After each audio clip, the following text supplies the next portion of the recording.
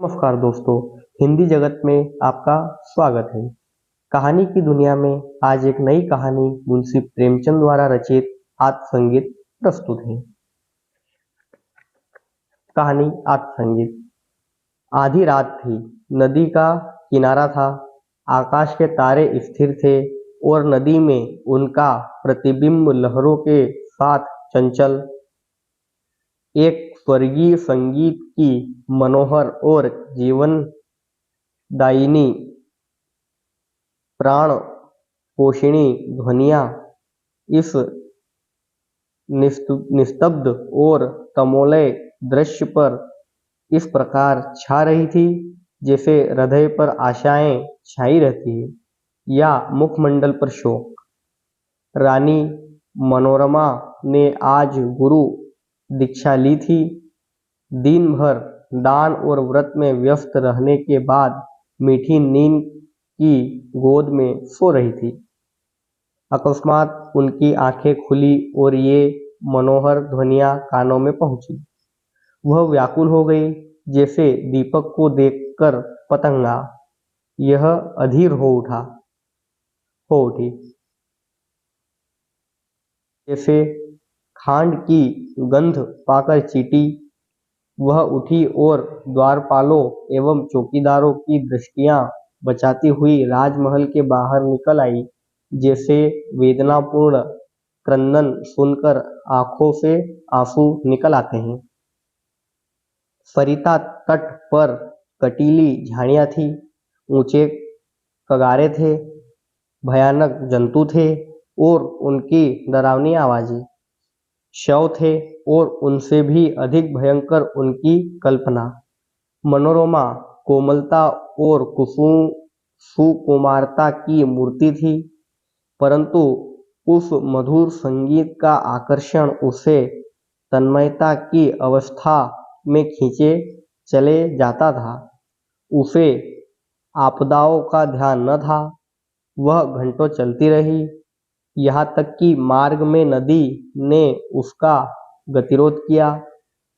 मनोरमा ने विवश होकर इधर उधर दृष्टि दौड़ाई। किनारे पर एक नौका दिखाई दी।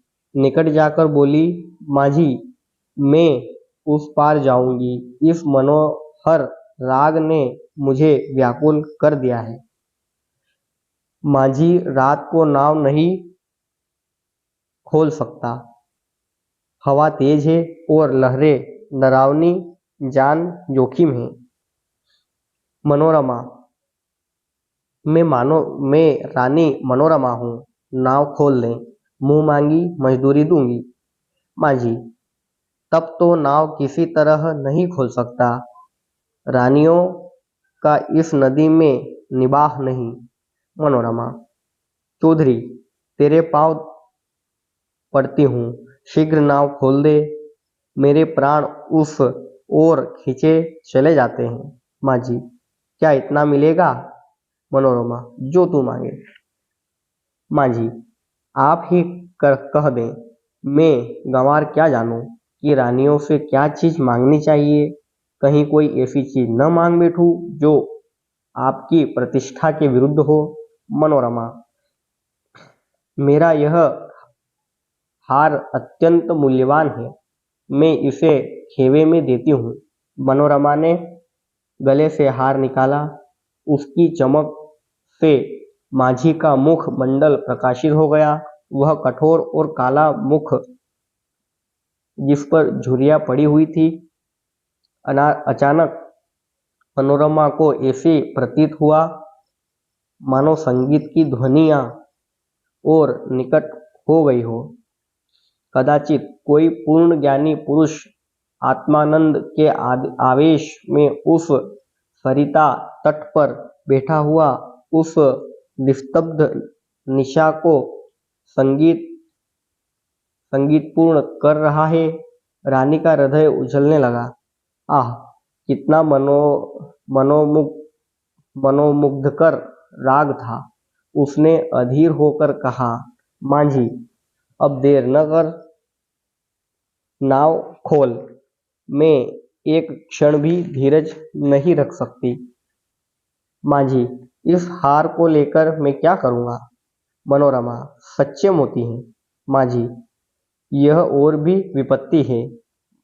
माझिन गले में पहनकर पड़ोसियों को दिखाएगी, वह सब डाह से जलेंगी, उसे गालियाँ देंगी।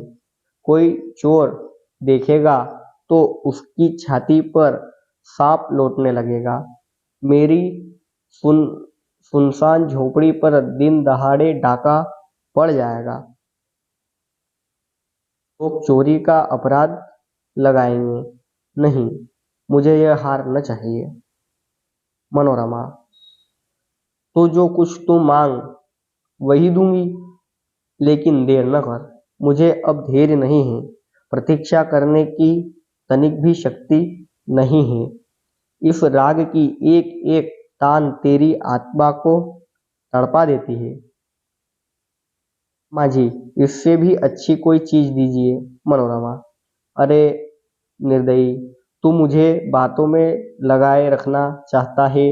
मैं जो देती हूँ वह लेता नहीं, स्वयं कुछ मांगता नहीं। मुझे क्या मालूम मेरे हृदय की इस समय क्या दशा हो रही है।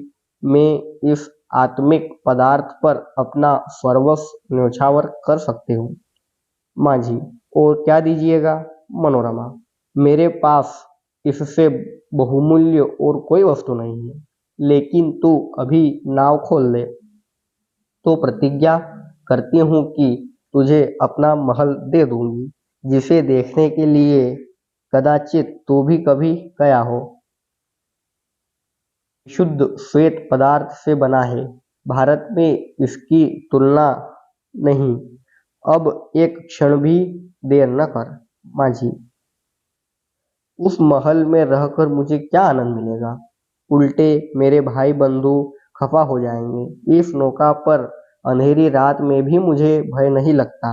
आंधी चलती रहती है और मैं इस पर पड़ा रहता हूँ, किंतु वह महल तो